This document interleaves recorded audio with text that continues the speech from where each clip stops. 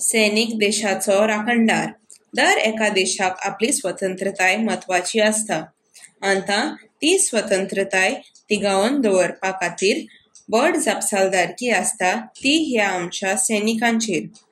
देशाची राखण करपा खातीर सैनिकांक वेळ काळ सगळें विसरून तयार रावचे पडटा। सैनिकांचे जिवीत कठीण असतात। एकदां आर्मी अकॅडमींत प्रवेश घेतकच तांकां खूब तकालस घेवचो पडटा आनी शेवटाक ते कितलेय मोल दिवन आपल्या देशाची सेवा करपाचे उत्तर दितात। सैनिकाचे कर्तव्य निस्वार्थी असता। आपल्या राष्ट्रा खातीर लायनीचेर आपलो जीव घालून ते फाटी सरनात। मायभूंय ही तांची खरी आवय आनी ती राखपाक ताचे संघर्ष आनी त्यागांनी भरिल्लें जिवीत असता।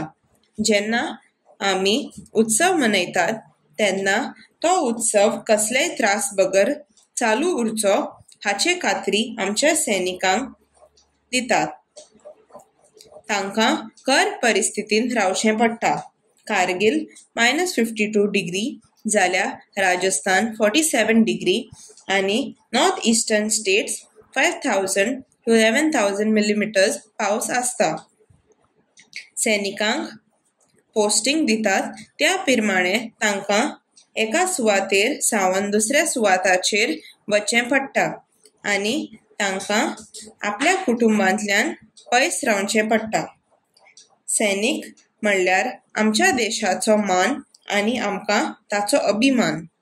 सर्गेस्त प्रधानमंत्री लाल बहादुरान म्हणिल्लें आसा, जय सैनीक जय शेतकार।